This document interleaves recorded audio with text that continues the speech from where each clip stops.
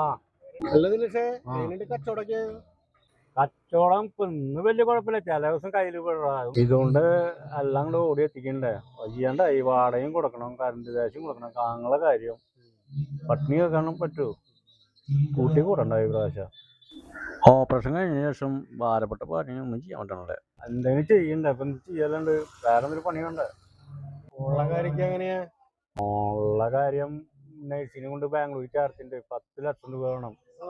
Loan അപേക്ഷിച്ചിട്ട് അതൊന്നും കിട്ടിയിട്ടില്ല. എന്നിട്ട് ചെയ്യുന്ന ആലോചിച്ചിട്ട് ആകെ ഒന്നും പറയണ്ട. അല്ലടാ, നിന്റെ ചങ്ക് ബ്രോ സനോജുമായി വന്നിട്ട് നിന്റെ അടുത്തേക്ക് വന്നില്ലേ? അവൻ വന്നിട്ടില്ലേ? ആരൊന്നും പറഞ്ഞില്ലേട്ടാ. എന്നാ വന്നേ? അവൻ വന്നിട്ട് 1 മാസമായിടാ. അതെ. നീക്ക് കൂടിയില്ല അവന് വിദേശത്തേക്ക് പോകാൻ കുറച്ച് പൈസക്ക് കൊടുത്തതിന്റെ മോളുടെ എന്തോ സ്വർണ്ണ എന്നെ കൊണ്ട് കൊടുത്ത്. അന്ന് അവന് പോവാൻ പൈസ ഒന്നും ഉണ്ടായില്ലല്ലോ.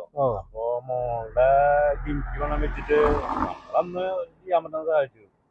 അത്രയും ബുദ്ധിമുട്ട് ഇരിക്കായിരുന്നു. നിന്റെ അടുത്തേക്ക് വന്നില്ലല്ലോ അവൻ. ഇത് വരുമായിരിക്കും സാധ്യത. അത് ശരിയായില്ലല്ലോ. ഇഷ്ടം പോലെ കാശ. നിന്റെ കാര്യമൊക്കെ അവനോട് പറയാറുന്നില്ലേ? അപ്പൊ എന്തിട്ടാ നമ്മളെന്തിട്ടാ ഞാൻ വന്നത് അറിഞ്ഞിട്ടില്ല. നമ്മുടെ ഇതൊക്കെ അങ്ങോട്ട് പറയുന്നത് അവ അവന്റെ ഭാഗ്യം കൊണ്ട് രക്ഷപ്പെട്ടു. നമ്മളിപ്പോ അത് പറഞ്ഞിട്ട് നോക്കിയിട്ട് നമുക്ക് ഭാഗ്യം കഴിഞ്ഞാൽ ഒരു ടിക്കറ്റ് അടിച്ച പോലെ അടിക്കും അടിക്കും അടിക്കില്ലേ. നമ്മളത് പ്രതീക്ഷിക്കുന്നില്ല. അന്നേരം അവൻ നന്നായല്ലോ. പിന്നെ അവന് ഒരുപാട് ആൾക്കാർക്ക് അവിടെ ഒരുപാട് കാര്യങ്ങൾ കോടീശ്വരനായി. നീ പേടിക്കണ്ടടാ, നിനക്കൊരു ലോട്ടറി അടിക്കടാ. അതൊക്കെ ദൈവത്തിന്റെ കയ്യിലല്ല. നമുക്കൊക്കെ പറയാൻ പറ്റും. ഭാഗ്യം വേണ്ട.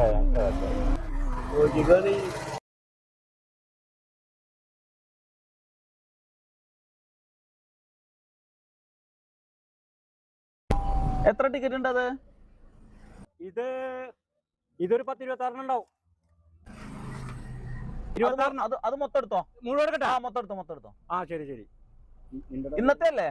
ഇന്നത്തെ നമ്മൾ വെയിലുകൊണ്ടിരിക്കുന്ന ഭാഷ എന്താ പത്രാസ് അങ്ങോട്ട് കൊണ്ടുകൊടുക്കണല്ലേ?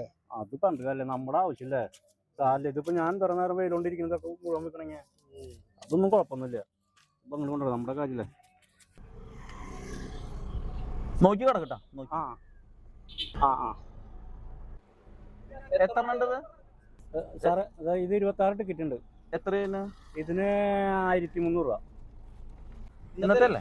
അതെ ഇന്നത്തെ അല്ലേ? ദിനേശൻ എന്നെ മനസ്സിലായി. ശരി. അയ്യോ സനോജല്ലേ ഇത്? എന്നാ വന്നേ? ഞാൻ ഒരാഴ്ചയായി. അതെ.